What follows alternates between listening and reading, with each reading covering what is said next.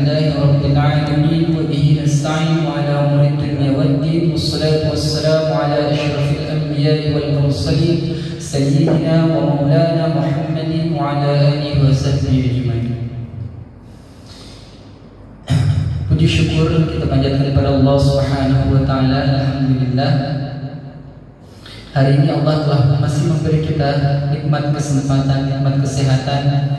Pernah saya sampaikan terlebih dahulu bahwa ketika Allah telah sayang pada seorang umatnya, ketika Allah telah sayang pada hambanya, maka Allah akan terus mendorong, maka Allah akan terus memahami, maka Allah akan terus memudahkan langkah-langkah kita untuk terus beramal, memudahkan langkah-langkah kita untuk terus beribadah kepada Allah Subhanahu wa taala. Salawat bermahkotkan salam kepada junjungan kita Nabi Muhammad sallallahu alaihi wasallam.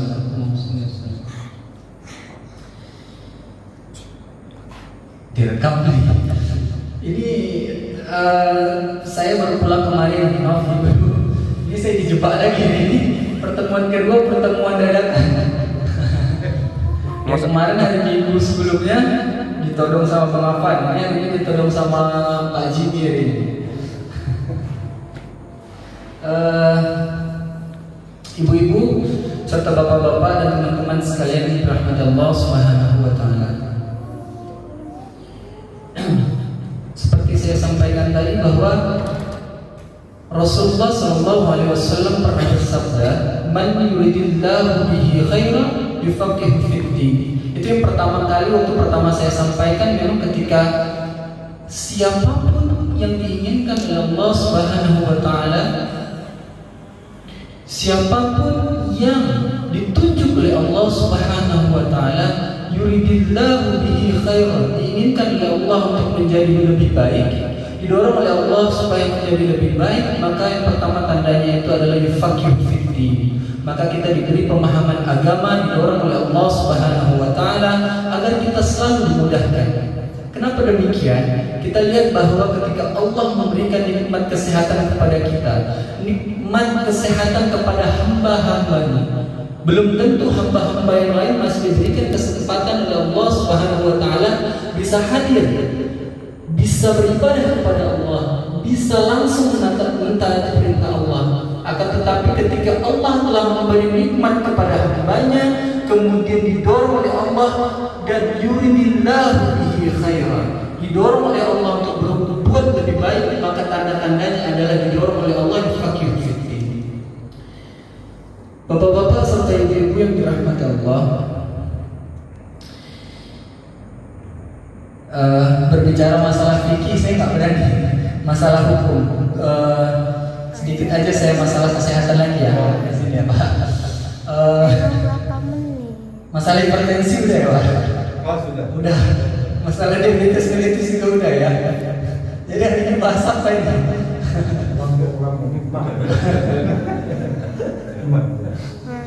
Bapak-bapak serta ibu-ibu yang dirahmati Allah, sebentar lagi kita sudah masuk ke 1 Syawal, mana sebentar lagi bulan Ramadan telah meninggalkan kita.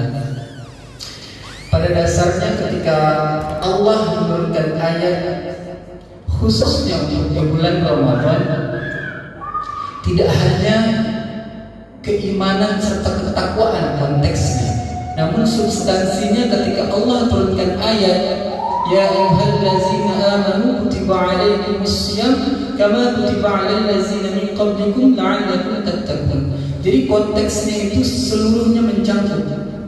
Seperti saya sampaikan pernah di awal bahwa Allah ketika turunkan ayat untuk menyuruh kita berpuasa, maka Allah sebenarnya menyuruh kita untuk memperbaiki diri kita. Dinilai dari nilai-nilai kesehatan, maka sungguh sebetulnya puasa ini sangat membuat kita, khususnya tubuh kita menjadi lebih baik. Jadi kalau misalnya udah akhir-akhir puasa seperti ini, yang berat badannya ada yang nambah, nah itu harus dipertanyakan kan. Nah, ilham cepat-cepat dia pulang karena dari semalam baru jumpa dia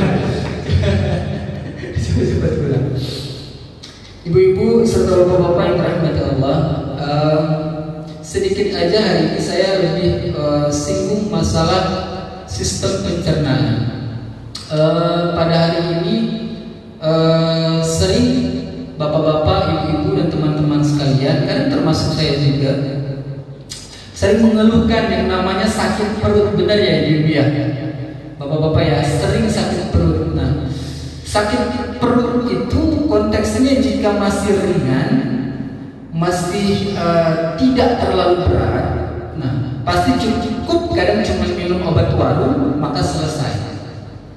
Kemudian beranjak dia menjadi keringan sedang, mulai orang tersebut beli obat ke warung namun tidak hilang, pergi ke dokter dikasih obat hilang.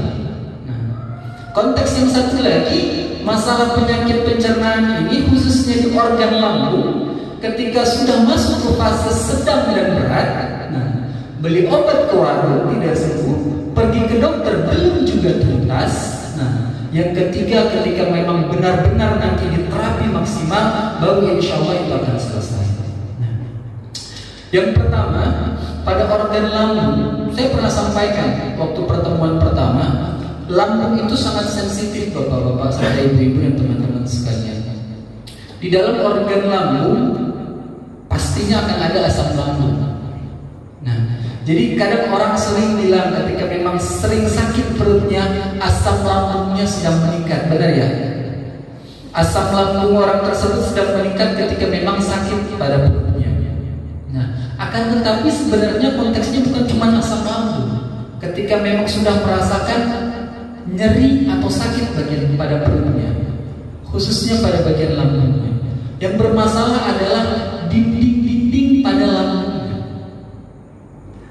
Kalau hanya cuma merasakan naik asam lambung, itu normal. Ketika kita memang sedang makan sedikit berlebih, maka produksi asam lambung akan jauh lebih meningkat.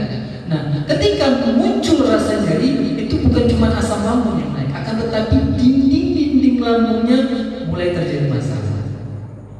Nah, di dalam dinding-dinding lambung itu dibungkus oleh prostaglandin. Jadi kalau misalkan ada bapak-bapak serta ibu-ibu dan teman-teman sekalian yang sering mengkonsumsi obat-obat anti nyeri, nah misalkan sering sakit-sakit sendinya, kemudian sering-sering sakit kepala, kemudian sering-sering sakit ujung-ujung jarinya, gampang sekali untuk beli obat anti nyeri, gampang sekali untuk konsumsi obat anti nyeri, dan maaf, ketika memang mengkonsumsi obat tanpa resep dokter pun sering nyaman badannya. Nah, itu hati-hati. Biasanya obat-obat tersebut golongannya itu NSAID namanya. Golongan obat tersebut akan gampang untuk menghalangi terbentuknya prostaglandin. Memang enak pada tubuh, kalau ada sakit-sakit langsung hilang sakitnya. Tapi terganggunya pembentukan prostaglandin, maka akan terjadi gangguan pada mukosa lambung. Nah, nanti akan terjadinya penipisan di organ lambung, maka akan mulai terjadinya nyeri.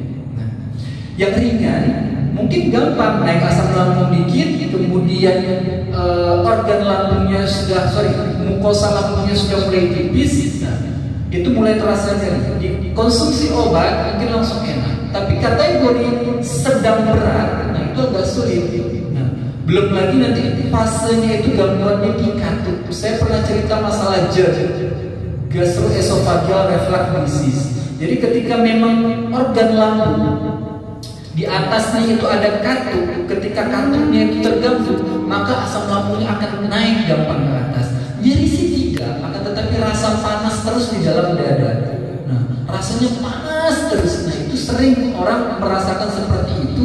Nah, itu dikatakan dengan gastroesophageal reflux disease. Makanya bapak-bapak, ibu-ibu dan teman-teman sekalian, sebetulnya organ pencernaan ini sangat rumit. Sangat rumit. Kalau misalkan kita makan, selesai makan, sendawa alhamdulillah selesai, gitu ya. Nah, padahal ketika memang makanan itu masuk dan proses tunggu lagi. Jadi ketika seperti saya sampaikan tadi, konteksnya sedang dan berat, gangguan pada pencernaan ataupun gangguan pada organ lambung, nah ini akan terjadi masalah. Sering orang kalau sudah terlalu nyeri dilakukan pemeriksaan endoskopi namanya. Nah, jika ada yang pernah bapak-bapak ibu-ibu melakukan pemeriksaan endoskopi, masuk selang kamera terus dilihat organ di dalamnya, khususnya di bagian saluran pencernaan. Ada yang sudah pernah?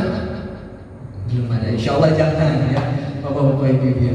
Biasanya kamera tersebut akan lihat nanti, nah ada nggak terjadinya iritasi ataupun luka, khususnya pada saluran pencernaan. Nah, pada bagian lambung, pada esofagus, nah dilihat oleh kamera tersebut. Nah, ketika memang konteksnya seperti saya bilang tadi sudah fase sedang dan berat, maka itu akan lebih sulit. Nah, mulai terjadinya iritasi, kemudian apalagi terjadinya ulkus atau luka pada dinding lambung. Nah, itu proses penyembuhannya tidak mudah. Dalam artian minum obat 1 minggu itu nggak tuntas. Jadi jangan nanti bilang ke dokter itu nggak sembuh-sembuh, ya memang udah luka, gimana mau sembuh kan? Nah, sebelumnya dibiarkan, dibiarkan saja, nggak peduli. Nah, ketika memang udah terjadi luka, ya nggak gampang sembuhnya. Jadi akan butuh proses-proses untuk buat luka tersebut tertutup, kemudian baru bisa dikatakan sembuh. Kemudian bapak-bapak serta ibu-ibu yang dirahmati Allah, apalagi ya, saya juga udah organ lambung, satu lagi lah ya, organ paling sentral lah, organ jantung. Bapak-bapak dan ibu-ibu serta teman-teman sekalian yang dirahmati Allah, organ jantung adalah organ yang salah satu organ yang paling sentral bapak-bapak dan ibu-ibu sekalian, di mana jantung ini terus memompa dengan saraf otonomnya. Jadi kalau dia berhenti, maka berhentilah kehidupan seseorang.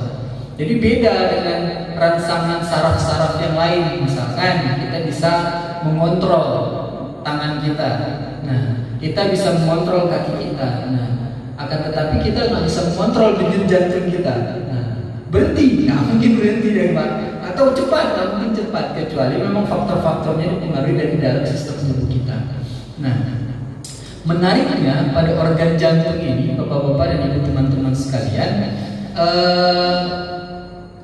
pada jantung itu ada otot. Nah, ada otot jantung. Nah, otot jantung ini yang sering orang nanti pernah dikatakan dengan jantungnya membesar. Nah, mungkin bapak-bapak serta ibu-ibu pernah dengar atau punya teman ataupun saudara yang sudah beraktivitas ringan tapi gampang sesak nafasnya.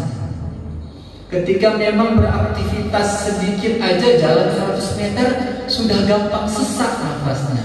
Nah, ketika ke dokter dikatakan terjadinya pembengkakan jantung. Ketika ke dokter di foto ronsen, jantungnya udah tampak membesar. Itu biasanya terjadi pada masalahnya itu adalah pada masalah ototnya. Nah, ketika ototnya sudah melebar, nah otomatis jantungnya pun akan semakin melebar. Apa faktornya? Nah, otomatis kerja jantung yang dipaksakan. Nah, kerja jantung yang dipaksakan otomatis akan membuat jantung tersebut menjadi besar. Simpelnya seperti ini.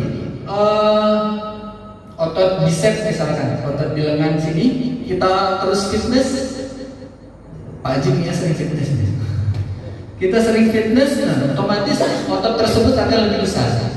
Sama seperti jantung, ketika faktor kerja jantung berlebih, nah maka nanti otot jantung pun akan melebar. Nah, maka orang tersebut nanti terjadinya pembengkakan jantung, terjadinya pembesaran jantung, otomatis jantungnya tersebut akan bekerja lebih berat dibandingkan dengan kerja jantung sebelumnya atau normalnya. Apa faktornya bapak-bapak dan ibu-ibu serta teman-teman sekalian? Yang pertama, faktor kerja jantung berlebih dipengaruhi oleh penyakit-penyakit penyerta. Contoh misalkan hipertensi.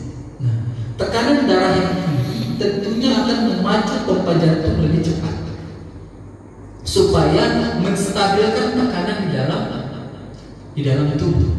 Nah, itu yang pertama. Tapi saya nggak cerita lagi tentang hipertensi karena udah ya. kemudian aktivitas kerja. Orang yang terlalu memaksakan kerjanya, orang yang terlalu memforsir kegiatannya, otomatis pasti pasti otot jantungnya akan sedikit membesar. Seperti atlet misalkan, seperti olahragawan misalkan. Nah, jadi wajar aja olahragawan itu kalau misalkan lagi istirahat atau duduk seperti ini, detak jantungnya itu rendah sekali. Nah, bukan bermasalah jantungnya, normal. Contoh misalkan atlet olahragawan pelari. Nah, memang dia sudah biasakan forcer kerja jantungnya. Jadi waktu dia istirahat, detak jantungnya itu cuma 40, cuma 50, normal. Biasa normalnya berapa ya? 120 kecepatan. Biasanya itu range-nya itu 60 sampai 100. Jadi 60 sampai 100 itu normal detak jantung dalam satu menit. Biasanya pada orang-orang olahragawan yang sudah dipacu terus kerja jantungnya, saat duduk dia cuma 30, 40. Nah, jadi kalau nggak tahu dia olahragawan, nyangkainya kayaknya bermasalah di jantungnya, kok pompanya lambat sekali. Nah, padahal karena dia olahragawan sudah dipacu sebelumnya, maka faktor jantungnya akan bekerja demikian. Jadi sama halnya ketika nanti bapak-bapak serta ibu-ibu yang sudah masuk fase-fase usianya di atas 50, faktor kerja jantungnya sudah lebih cepat, sudah agak sedikit membesar, otomatis dia jadi akan lemah. Nah, kemudian akan gampang capek. Nah, karena jantungnya sudah membesar, otomatis pompanya akan lebih lambat. Nah, maka orang tersebut akan gampang sesak nafasnya. Nah, sudah masuk ke kriteria ini maka akan sulit selain rehabilitasi namanya. Harus dikontrol, kemudian harus dijaga, harus lebih teratur baik dari pola makan, aktivitas, baru mungkin insya Allah perlahan lebih stabil. Kalau tidak maka akan sulit. Jadi sangat sensitifnya organ jantung terhadap manusia. Nah, bapak-bapak, ibu-ibu serta teman-teman sekalian, karena saya